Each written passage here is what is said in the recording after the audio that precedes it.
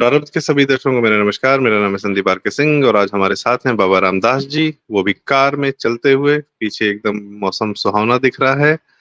और बाबा जी सफर पे निकल पड़े हैं। कौन सा सफर है ये? जी। कहाँ जा रहे हैं? किस तरफ जा रहे हैं? कहाँ से निकले हैं? ये सब कर क्या रहे हैं? हिंदू जन जागरण यात्रा निकाल रहे हैं। कल जालंधर से सुबह शुरू की थी। कल जो है पंजाब का एरिया कवर किया, स्पेशली फतेहगढ़।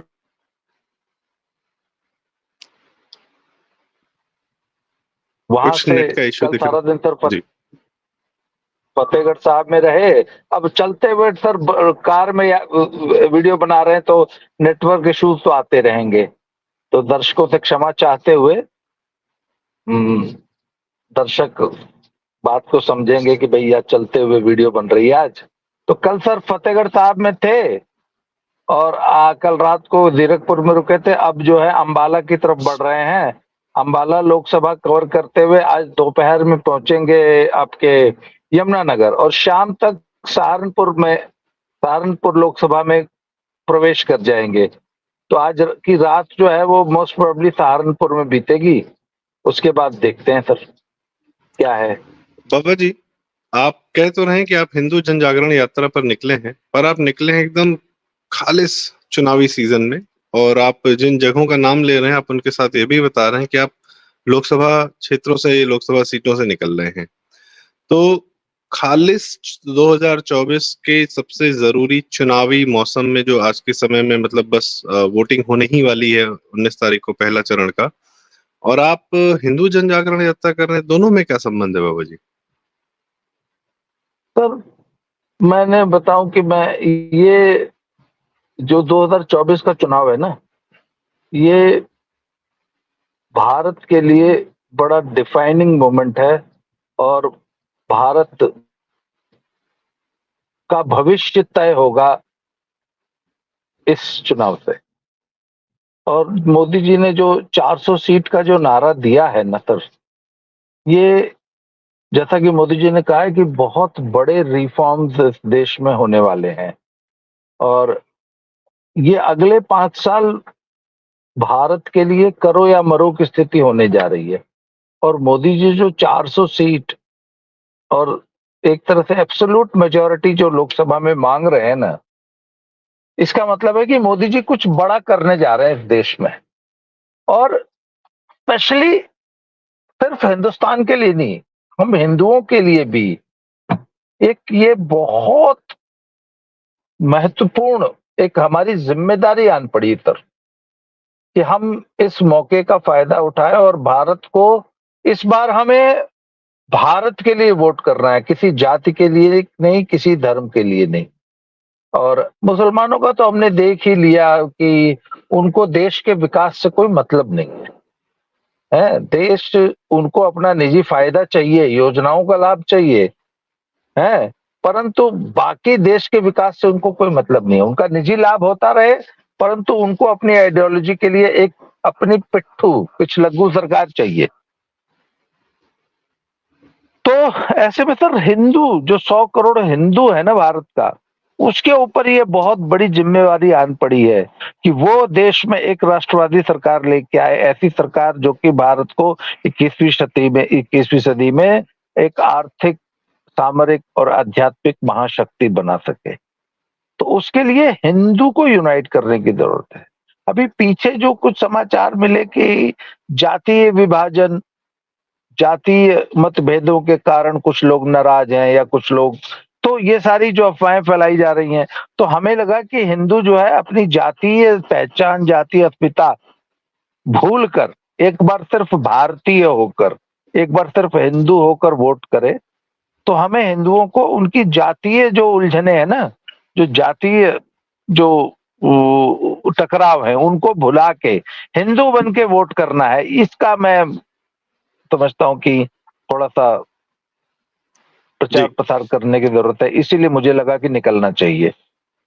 जी बाबा जी, आपने आपने कहा कि भारत के लिए हमको वोट करना है, और जहां तक थोड़ी बहुत मेरी समझ है, अ, हिंदू धर्म बिना भारत नहीं, भारत बिना हिंदू धर्म नहीं। ये आपस में बिल्कुल ही एकदम इंटरमिंगल्ड है। कि सनातन धर्म सरवाइव यहीं किया, बना यहीं, पला यहीं, बढ़ा यहीं। और इसी जो और भाई जाहिर सी बात है कि एक ज्योग्राफी तो हमें चाहिए ही चाहिए। और भारत धर्म यदि यहाँ पर कोई और धर्म प्राथमिकता में होता या मेजोरिटी में होता, तो शायद भारत भारत नहीं रहता, वो इंडिया हो जाता, वो हिंदुस्तान हो जाता, कुछ और हो जाता, वो पाकिस्तान, आधा पाकिस्तान तो हो ही गया, वो एक नया नाम दे दिया गया हमारी भूमि को, तो शायद पाकिस्तान हो जाता अगर यहाँ पे किसी और धर्म की किसी और मजहब की प्राथमिकता हो जाए सनातन छोड़कर। तो हमको अपने सनातन के लिए, अपने धर्म के लिए, जो हमको हिंदू वे ऑफ लाइफ मिली है, उसके लिए इस भारत की आवश्यकता है। और उस भारत को बचाए और बनाए रखने के लिए क्या एक राष्ट्रवादी सरकार की आवश्यकता है? ऐसा लगता है आपको बाबा जी? बिल्कुल। देखिए, मैं एक बात, देखिए ये बात तो हम लोग शुरू से कहते आ रहे हैं कि आज भारत यदि सेकुलर है, वो इसलिए है क्योंकि ये एक हिंदू मेजॉरिटी कंट्री है।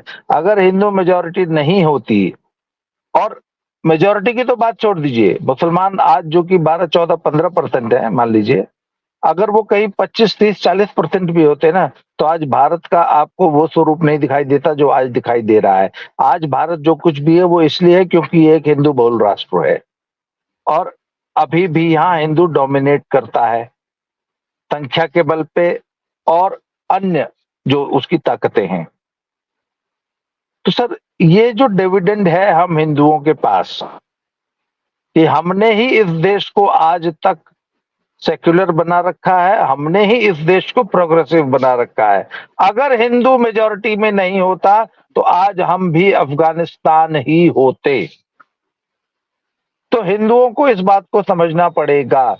और दूसरी बात है कि सर, बात यह ना कि हिंदुओं को हम भारत के अलावा और जाने के लिए जगह कहाँ है? This is the only place where you can live, where you can survive, Hindus.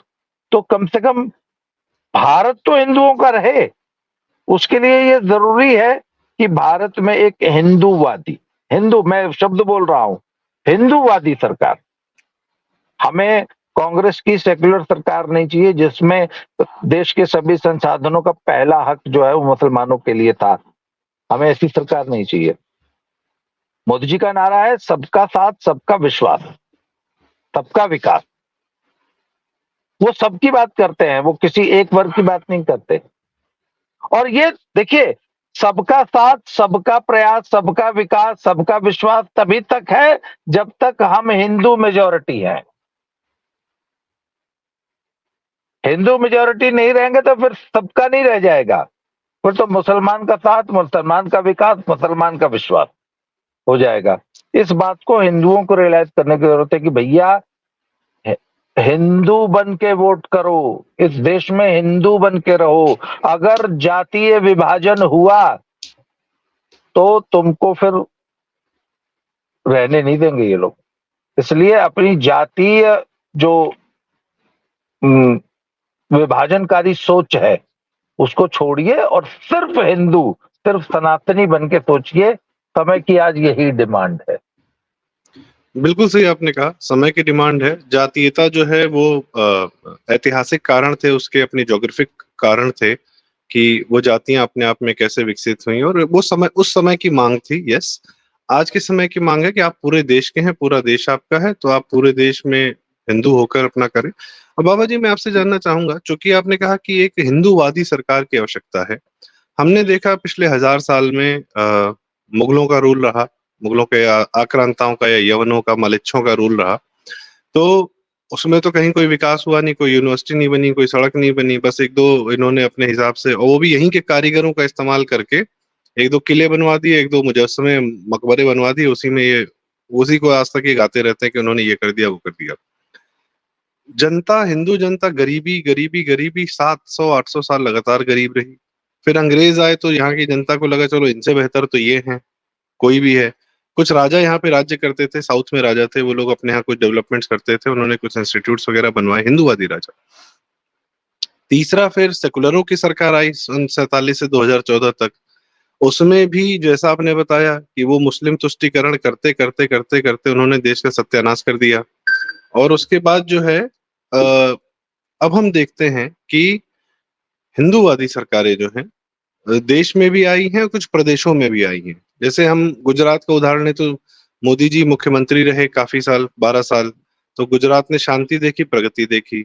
Shivraj Singh Chauhan एक हिंदूवादी आदमी, भाजपा से मध्य प्रदेश में बीमारू स्टेट से बाहर खींच के ले आए, 15 साल में उसको एक बहुत अपकमिंग अमेजिंग स्टेट बना दिया। योगी जी का इतना बड़ा कारनामा कि उत्तर प्रदेश जैसे मतलब विकट जगह को उन्होंने जो है सुधार कर आज वहां प्रगति की राह दिखा दी है और मॉडल स्टेट बना दिया है। और देश में तो मोदी जी ने जो पिछले 10 साल में किया ही है। तो कहने का मतलब, और जब हम मुसलमान वोट बैंक समर्थित सरकारें देखते हैं तो देखते हैं कि बिहार में लालू तेजस्वी को जो है मुसलमान वोट बैंक जो है पूरी तरह उसका समर्थन करता है, पर वहां के हालात हमें पता है, वो जंगल राज है और कभी कोई प्रगति वहां पहुंची नहीं। नीतीश भी सेकुलर ही रहे। यूपी में ऑफ कोर्स मुलायम सिंह यादव, अखिलेश यादव और इन लोग को पूरी तरह मुसलमान वोट बैंक का समर्थन मिला, लेकिन जब तक ये राज कर रहे थे सिर्फ अराजकता और अवैध व्यापार वगैरह ही चल रहा था यहाँ पर, उतनी प्रगति नहीं थी। इसी तरह हम बाकी शरद पवार वगैरह का उदाहरण ले, मुसलमान वोट बैंक शरद पवार को महाराष्ट्र में मिले तो वहां पे किसान आत्महत्या कर रहे थे। कहीं कुछ लिंक है कि मुसलमान वोट बैंक समर्थित सरकारें जो हैं वो किसी प्रकार से देश को, जैसा बाबा जी बता रहे थे कि देश को वो प्रगति नहीं दे पाती, और एक हिंदूवादी या हिंदू सोच की जो सरकारें आती हैं वो किसी प्रकार से जो है देश को एक अच्छा खासा अ, देश को, प्रदेश को एक बहुत अच्छी व्यवस्था देती है कम से कम। तो बाबा जी, आप क्या इस बात को आपका मैं विचार जानना चाहूंगा कि मुसलमान वोट बैंक समर्थित जो सरकारें, लालू, मुलायम, नीतीश या शरद पवार, या मतलब ऑफ कोर्स जम्मू कश्मीर जब प्री आर्टिकल 370 में था, तो इन लोग उस अपने प्रदेश को, अपने देश को, और कांग्रेस ऑफ कोर्स कई प्रदेशों में रही, गुजरात में मोदी जी से पहले, तो अपने यहाँ अराजकता और विनाश को पालती है। और एक हिंदूवादी सरकार, हिंदू लोग जो जब सत्ता में आते हैं तो वो विकास को और समाज के ताने बाने को बनाए रखने में, सुरक्षा को, शांति को ज्यादा प्राथमिकता देते हैं। ऐसा देखते हैं क्या? बिल्कुल देखते हैं। देखिए, कुछ अराजकता पसंद हमारे देश में समुदाय हैं, कुछ जातियां हैं जो अराजकता में ही फलती फूलती हैं। जब शांति स्थापित हो जाती है तो उनको दिक्कत होने लगती है, क्योंकि उनका सारा का सारा जो इकोसिस्टम है वो अराजकता में ही पलता है, उसी में वो पनपते हैं। और स्पेशली जहां पर भी मुस्लिम वोट समर्थित सरकार है वहां आपको अराजकता मिलेगी, क्योंकि वो उनको खुश रखने के लिए अराजकता पैदा करते हैं। बिहार में आप क्यों पाते हैं कि जैसे ही भाजपा समर्थित सरकार आती है, जब भाजपा भी सत्ता में होती है, हालांकि बेशक वो छोटे भाई की ही भूमिका में रही, पर फिर भी लॉ एंड ऑर्डर बेटर रहा। जैसे ही लालू समर्थित सरकार आती है या लालू की प्योर सरकार आती है, जंगल राज शुरू हो जाता है। आप सबसे बड़ा एग्जाम्पल राज का आज पंजाब में देख लीजिए। कल हम एक जगह बैठे थे तो हमने कहा कि साहब, जब तक हिंदू मेजॉरिटी वाली, हिंदू मेजॉरिटी वोट जब मिला जिस सरकार को, या जब तक सरकार में बीजेपी शामिल रही, लॉ एंड ऑर्डर सही रहा। जैसे ही खालिस्तानी समर्थित सरकार आई पंजाब में, कैओस हो गया, जंगल राज हो गया। कल मुझे एक बड़ा मजेदार तथ्य वहां के लोगों ने, पंजाब के लोगों ने बताया कि पिछले 20 साल तक भाजपा जो है वो मतलब पंजाब में आती जाती रही है, कभी अकाली दल के साथ सरकार में रही, कभी नहीं रही, परंतु पंजाब में पिछले 20 साल से डबल इंजन सरकार नहीं रही। केंद्र में कोई और सरकार थी तो राज्य में कुछ और था। हरियाणा में क्या हुआ कि पिछले 20 साल लगातार डबल इंजन सरकार रही। 10 साल तक जब यूपीए थी तो हुड्डा साहब थे, तो केंद्र और राज्य दोनों का समर्थन मिला हरियाणा को। उसके बाद पिछला 10 साल जो है वो केंद्र में उधर मोदी जी बैठे थे तो इधर खट्टर साहब बैठे थे। तो लगातार 20 साल तक हरियाणा ने डबल इंजन सरकार का फायदा उठाया, और हरियाणा कहां से कहां पहुंच गया। आप पंजाब में देख लीजिए, पंजाब ने डबल इंजन सरकार का फायदा नहीं उठाया, और आज पूरे हरियाणा की तो बात छोड़ दीजिए, अकेले गुड़गांव का जो जीएसटी है वो पूरे पंजाब से ज्यादा है, सिर्फ एक गुड़गांव का जीएसटी। तो सर, पंजाब के लोग इस बात को समझ ही नहीं पाए कि हमें कौन सी सरकार चुननी चाहिए और किस सरकार को चुनने से पंजाब का फायदा है।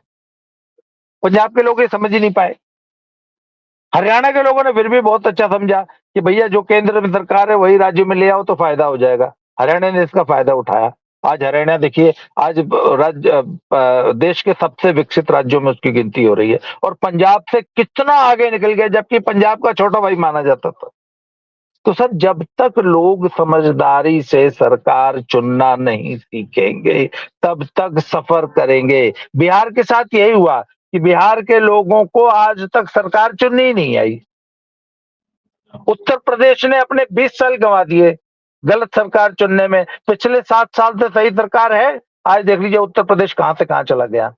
तो सर, ये बात हिंदुओं को समझाने की जरूरत है कि जिस देश में हिंदूवादी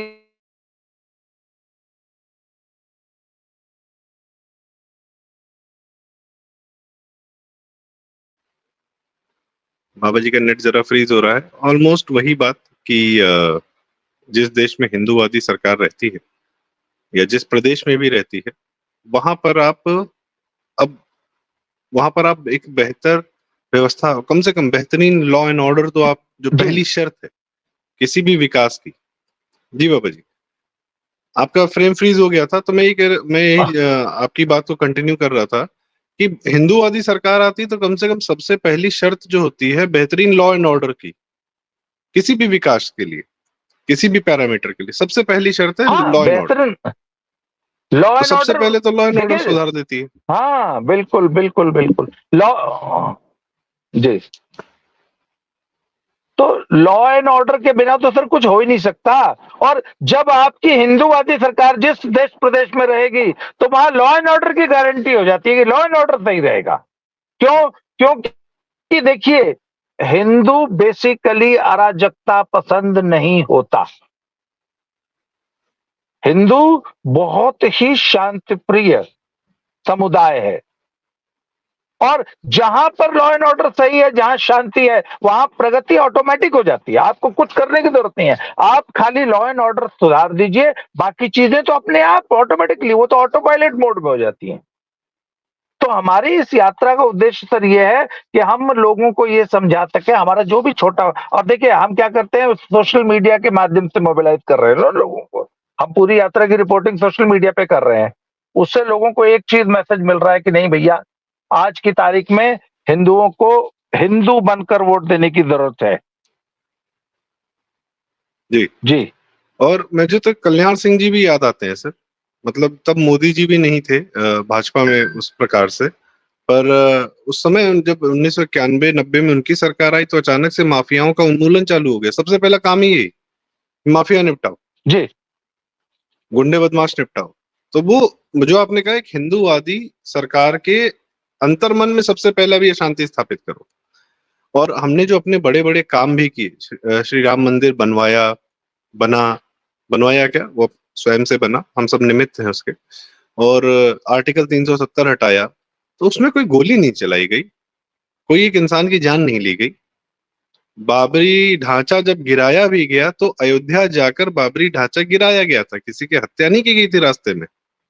कार सेवक पहुंचे थे तो हत्याएं करते हुए नहीं पहुंचे थे अयोध्या, वो शांति से चलते फिरते खुद लाठी डंडा गोली खाते हुए वहां पहुंचे थे।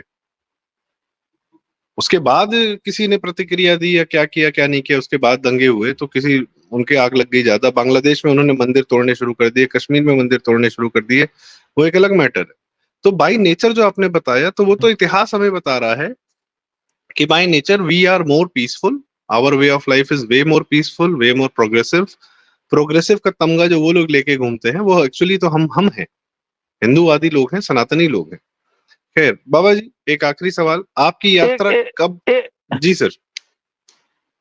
मैं एक पॉइंट ऐड करना चाहता हूं। देखिए, कल पंजाब में यात्रा करते हुए मुझे एक शब्द बार बार सुनने को मिला। एवरीबॉडी सेड कि we want an administrator like Yogi. हमें भी पंजाब में एक योगी चाहिए। सर आज की तारीख में पंजाब में लॉ एंड ऑर्डर, सुशासन, गवर्नेंस इतना बड़ा इशू है। Everybody wants a Yogi in their state. Sir ये एक बहुत इंपॉर्टेंट पॉइंट है कि आप अच्छा शासन दीजिए, अच्छी गवर्नेंस दीजिए और लॉ एंड ऑर्डर के साथ सख्ती से निपटिए लॉ एंड ऑर्डर इश्यूज को, तो you become so popular in whole of the country as the chief minister. आज उत्तर प्रदेश का चीफ मिनिस्टर पंजाब का सबसे लोकप्रिय व्यक्ति है। सबसे मजेदार देखिए कि पंजाब में सबसे लोकप्रिय नेता देश का कौन है? योगी, जो कि उत्तर प्रदेश का सीएम है। आप ये देखिए ना, कितनी बड़ी बात है ये कि भारत की जनता कितनी अमन पसंद है और लॉ एंड ऑर्डर को लेके कितना कितना उनके लिए कितना बड़ा इशू है लॉ एंड ऑर्डर। तो आप सर पूछ इसी में रहे एक थे चीज और, यात्रा कब तक कहते हैं? हाँ मैं एक चीज और ऐड करना चाहूंगा सर। देश का जो पानी। सबसे बेहतरीन एडमिनिस्ट्रेटर पूरे इतिहास में जो आज तक रहा है, जिसकी कस्में खाई जाती हैं, जिसके राज्य को स्थापित करने का प्रयास किया जाता है, श्री राम, वो भी इसी धरती से आए। शायद उन्हीं के कुछ जीन्स हैं जो यहाँ चल रहे हैं, उन्हीं का डीएनए चल रहा है। तो कुछ लोग विरले निकल जाते हैं यहाँ से, जो अद्भुत साम्राज्य, बहुत अद्भुत राज्य स्थापित करते हैं, बड़ी लकीर खींचते हैं।